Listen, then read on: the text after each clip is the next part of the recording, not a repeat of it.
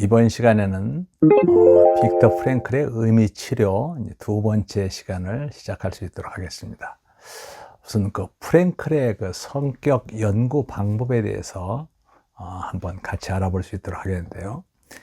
프랭클은 심리적 건강을 위해서 의미의 의지, 즉 will to meaning이죠. 그래서 의미의 의지를 중요시해야 된다, 이렇게 강조를 하고 있습니다. 실제로 이것은 바로 이제 그 모든 것을 하나의 그 조직하는 그 골격이다, 이렇게 얘기를 할 수가 있는데요. 우선 첫 시간에 잠깐 얘기한 것처럼 이 이름부터 한번 살펴보면요, 그리스 어원에서 나오는 이제 로고스, 이 로고스는 바로 이제 의미라는 뜻이다라고 얘기할 수가 있는데요. 의미 치료라는 것은 삶의 의미를 찾기 위한 독특한 그런 치료 방법일 뿐 아니라 실존의 의미와 또 의미를 찾고자 하는 그 인간의 욕구를 다루는 이론이다, 이렇게 얘기를 할 수가 있습니다. 그래서 이 의미 치료는 기본적으로 의미가 결여된 채 세상을 살아가는 사람을 다루는 하나의 그 심리 치료 방법이다, 이렇게 얘기를 할 수가 있죠.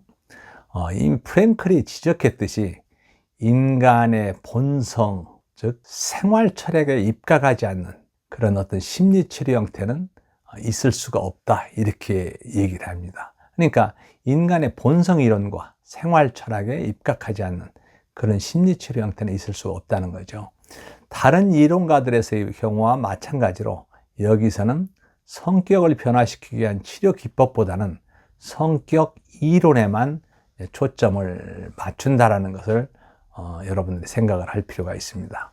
의미치료에서 추론한 인간 본성에 대한 그 이론은 말 그대로 의지의 자유죠. 또 의미의 의지, 또 삶의 의미, 이런 세 기둥 위에 세워져 있다, 이렇게 볼 수가 있습니다. 프랭클은 인간의 상태가 생물학적 본능이라든가 아동기 때의 갈등이라든가 또는 다른 어떤 외부적 힘에 의해서 결정된다는 그런 심리학이나 정신의학의 그런 입장에 반대되는 입장을 갖고 있죠. 그래서 이 프랭클은 외부 조건에 의해 삶이 영향받지 않는 건 아니지만은 말 그대로 이제 그 프랭클이 아우슈비츠 수용소에서 겪은 것처럼 말이죠. 그럼에도 불구하고 그 조건에 대응할 그런 반응은 우리가 자유롭게 취한다고 주장을 하고 있습니다. 우리는 외부 세력에 무감각하지 않지만은, 그러니까 그 외부 세력에 의해서 환경이 변화될 수 있게 되기도 하지만은, 즉 그 힘을 다룰 입장을 정하는 것은 바로 우리의 자유다라는 거죠. 그래서 환경과 운명 위에 우리를 서게 만드는 것, 이게 본원적 자유다, 이렇게 얘기를 하고 있습니다. 다른 두 개의 기둥, 즉 의미의 의지와 삶의 의미, 이것은 자아를 구하는 게 아니라 바로 실존의 목적을 뒷받침해 줄 그런 의미를 끊임없이 구하는 우리의 욕구와 관계된 것이다, 이렇게 얘기를 할 수가 있습니다. 자신을 초월해 갈수록 말 그대로 대의나 다른 사람을 위해서 자신을 내어줄수록, 그렇죠? 우리는 보다 완전히 인간다워진다는 겁니다. 그래서 자신을 초월해서 어떤 사람이나 일에 몰입하는 것은 건강한 성격 발달의 최종적 기준이 된다는 거죠. 의미를 찾는 데는 개인적 책임이 있다는데요. 개인적 책임 외에 어느 누구도, 어떤 다른 것도, 말 그대로 부모도 배우자도 국가도 우리에게 삶의 의미와 목표의식을 채워줄 수 없다는 거죠. 그래서 자기의 길을 발견해서 일단 발견한 길을 지속하는 것은 우리 각자의 책임이다라는 겁니다. 프랭클처럼 자유로우면서도 책임있게 존재의 상황과 대결해서 그 속에서 목적을 발견해야 된다는 거죠. 그래서 삶이란 끊임없는 도전인데 그에 대해 취하는 반응이 생각 속에서가 아니라 행동에 나타나 삶에서 발견한 의미를 밖으로 표현할 수 있어야 된다는 겁니다. 프랭클은 삶의 의미가 결여되어 있는 그런 상태를 일종의 신경증이다, 이렇게 얘기를 하고 있어요. 그래서 노이제닉 신경증이라고 또 부르기도 했죠. 그래서 이 상태는 무의미, 무의도, 무목적, 공허감, 이런 것들이 이제 특징이 되는 거죠. 그래서 프랭클은 동료 포로에 대해서 이렇게도 썼습니다. 슬프게도 그에게는 삶에 대해 아무 감각이나 목표나 의지가 없으므로 추구해 나갈 궁극점도 없었다라고 얘기합니다. 결국 곧 파멸해버리고 만다는 거죠.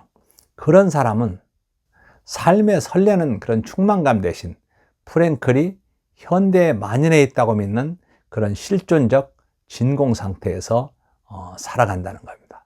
많은 이들이 이 노이제닉 신경증의 증세인 어떤 무료함이라든가 무감각에 시달리고 있는 것은 대개 두 가지 상태의 어떤 결과라고 볼 수 있는데요. 그 두 가지는 뭐냐면, 첫째로는 인간이 하등동물에서 진화하고 나서 그들을 자연과 연결시켜주는 자연적 욕구와 본능을 잃은 결과다.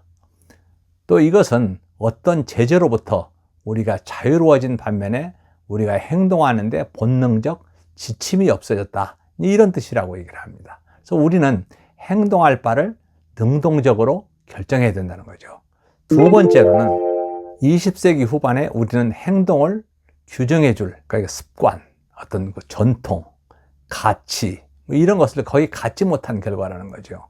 종교적 조직성과 사회적 그런 약속이라고 그럴까, 이런 것이 약화됨에 따라서 결정을 내리고 책임을 지는 것이 우리 자신에게 달려있게 된 겁니다. 그래서 프랭클은 자본주의 사회에서나 공산주의 사회에서나 문화 속의 광범위하게 실존적 진공 상태가 나타나는 그런 증거들을 발견을 하곤 했죠.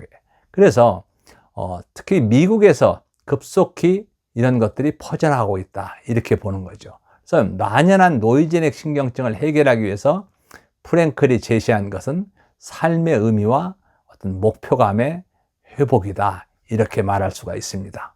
그렇게 못하면 심리적으로는 병적 상태에 있을 수밖에 없다는 거죠.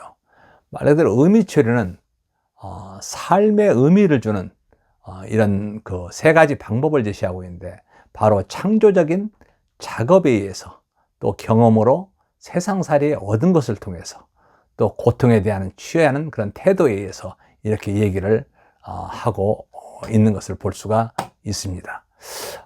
특히 이제 그 프랭클은 인간 실존의 필수적인 조건 세 가지가 있다고 얘기하고 있는데요. 저는 영혼성과 자유와 그리고 책임을 얘기를 하고 있습니다. 영혼성은 한마디로 정의하기가 좀 어려운데요. 다른 형태로 바꿔 말할 수도 없습니다. 예를 들어 유형적 용어로도 설명할 수가 없죠. 또 물질 세계의 영향을 받기는 하지만 그것에 의해서 유발되거나 그것이 낳는 산물은 아니다라고 봅니다. 그래서 기껏해야 영혼이나 정신을 생각할 수 있을 따름이라는 거죠. 프랭클의 이론에서는 자유가 상당히 중요한 부분이라는 것을 이미 우리가 알아본 바가 있는데요. 우리는 이 비영혼적 요소, 즉 본능이라든가 타고난 그런 독특한 유전인자라든가 하는 환경적 요인에 의해서 지배당해서 살지를 않는다는 겁니다. 심리적으로 건강하다면 어떻게 행동할 것인가를 스스로 결정할 수 있는 그런 자유를 활용해야 된다는 거죠.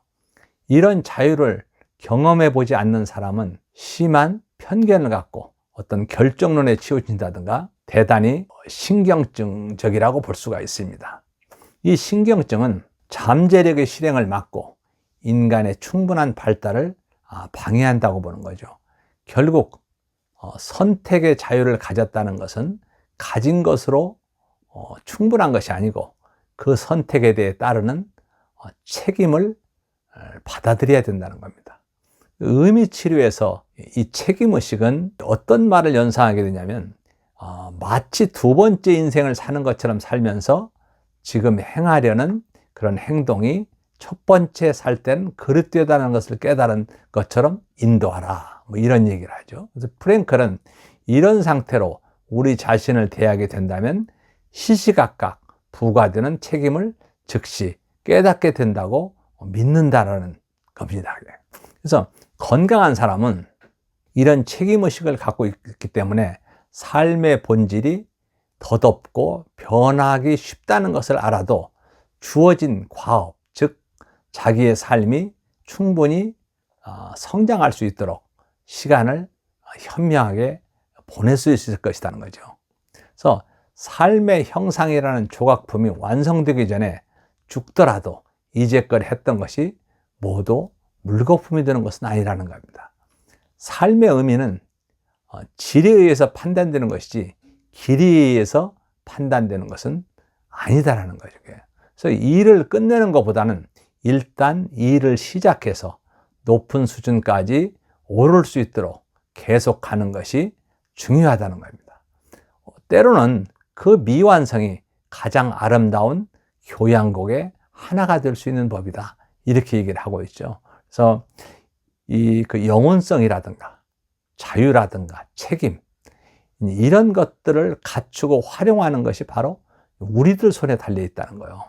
그것이 없으면 삶의 의미와 목적을 찾는 것이 불가능하다는 거죠. 말 그대로 영혼성, 자유, 책임, 이런 것이 없으면 삶의 의미와 목적을 찾는 것이 불가능하다는 겁니다. 그 선택권은 문자 그대로 우리들만의 것이다. 프랭클의 가설에는 의미의 의지라는 인간의 다른 모든 동기를 지배하실 정도로 강력한 하나의 기본적인 동기가 있다는 겁니다. 그래서 심리적 건강을 위해서 지극히 필요한 것인 동시에 극한 상황, 즉 프랭클이 아우슈비츠 수용소에서 직면했던 것 같은 그런 극한 상황에서 목숨을 부지하기 위해서만이라도 필수 불가결의 것이라는 거예요. 삶의 의미가 없다면 어때요? 계속 살아야 할 이유가 없다는 겁니다. 그래서 삶의 의미는 당연히 사람마다 특이하고 독특하다는 거죠. 그래서 사람마다 다를 뿐 아니라 시시각각으로 다르기도 하다는 겁니다. 그래서 모든 이에게 보편적으로 적용될 수 있는 어떤 만인 공통의 의미의 의지란 있을 수가 없다는 겁니다. 그래서 삶의 과제가 실제하듯이 삶의 의미도 실제한다는 겁니다.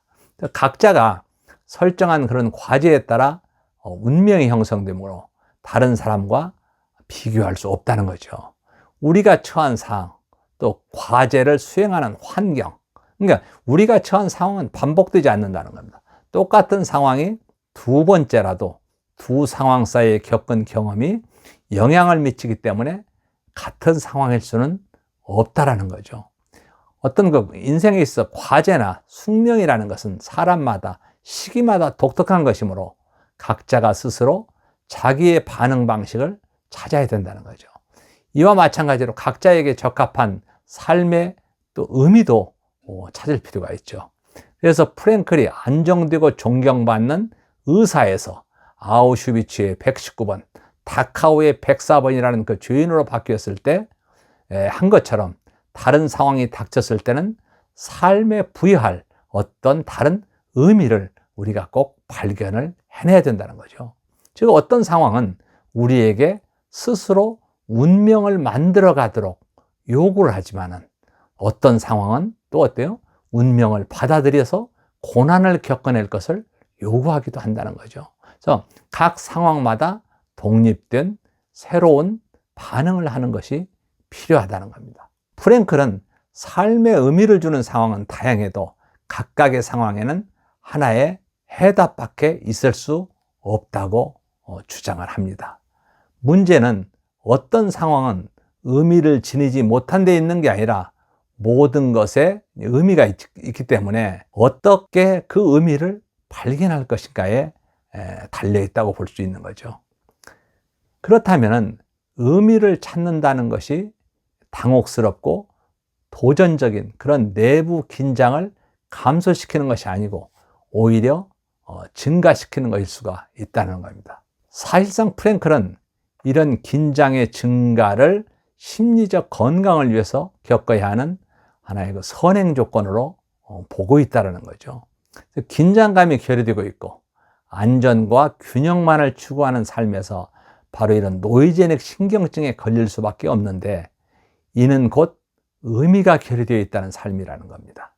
건강한 성격은 바로 이미 성취해서 완성한 것과 앞으로 해야 할 것 사이의 간격으로 인하여 생기는 그 어느 정도의 긴장감, 즉 현재의 자기 모습과 앞으로의 모습 사이의 그 간격으로 인한 긴장감을 가지고 있다는 거죠.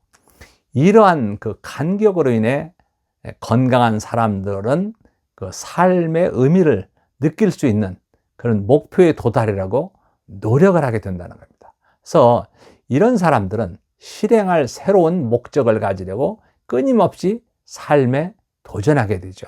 그리고 이런 계속적 도전이 삶의 정열과 희열을 가져다 준다는 겁니다. 이와는 대조적인 그런 하나의 그 탐구를 포기하는 거죠.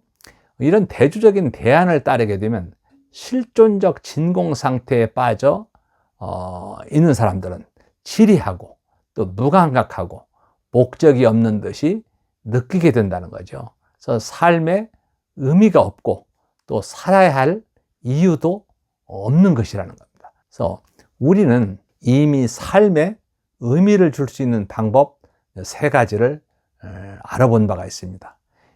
창조적 작업으로서 세상을 경험하고, 그리고 그 고통에 대해 갖는 태도, 또 세상을 경험하는 것, 이런 3가지를 얘기를 했죠.